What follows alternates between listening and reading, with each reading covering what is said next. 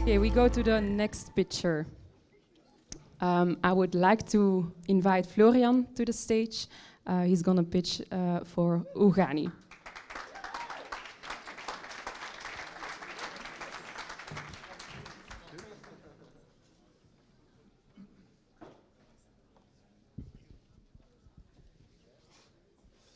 Yes. Okay, good. Good evening, everyone. Do you know that today there are about 40 million people in developing countries who need a prosthetic leg? Sadly enough, out of those 40 millions, only 5 to 15% receive a prosthetic leg, meaning that over 35 million people have nothing today. The reasons are multiple, but one of them is that local manufacturers are quite slow, they're very expensive, and they're not scalable. While international NGOs can only help a limited amount of people because they're limited by their budget. Look at this young guy, Vincent. Vincent lives in Benin, and he lost his leg due to a motorcycle accident. He has a hard time because he cannot work. And when you cannot work in Benin, you don't have social security like here. You basically have nothing.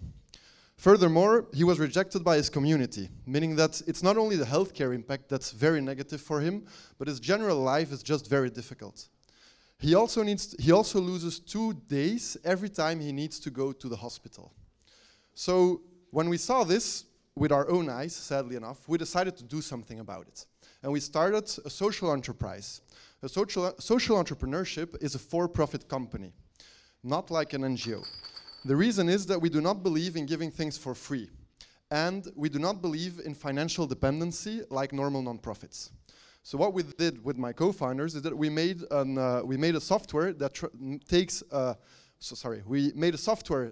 a 3D scan of a stump into a 3D printed prosthetic. This little guy, Vincent, got his first prosthetic just last week, and he was able to walk again for the first time in years. Thanks to our e-health and our digital solution, we were able to go to him instead of him losing 2 days to come to us. Furthermore, this first prosthetic is also the cheapest prosthetic right now available in Benin, at $300. There's 30 million people like him, even 35. Just imagine the market potential of such a product. At Ugani, we want to grow rapidly through this licensing model of our software in combination with a local presence through partnerships. We want to train our local partners, local communities, local healthcare centers, but also the government and international NGOs like Handicap International to use our software and help more people at a lower cost. Right now, we're actually starting our first joint venture in Benin together with Serge, who is a guy with 20 years of experience in prosthetics in his country. In 5 years, we want to be active in 20 countries and 70 cities, helping more than 70,000 people walk again. To be able to achieve these goals, we're currently looking for about €500,000 in funding. So if you know anyone who could help us with this, it's impact funding, social funding, very important. If you know anyone who can help us with this, please come to me later or to my co-founder Cristóbal, who's sitting right there. Raise your hand, yes. We'll probably be at the bar, but I don't know. Thank you.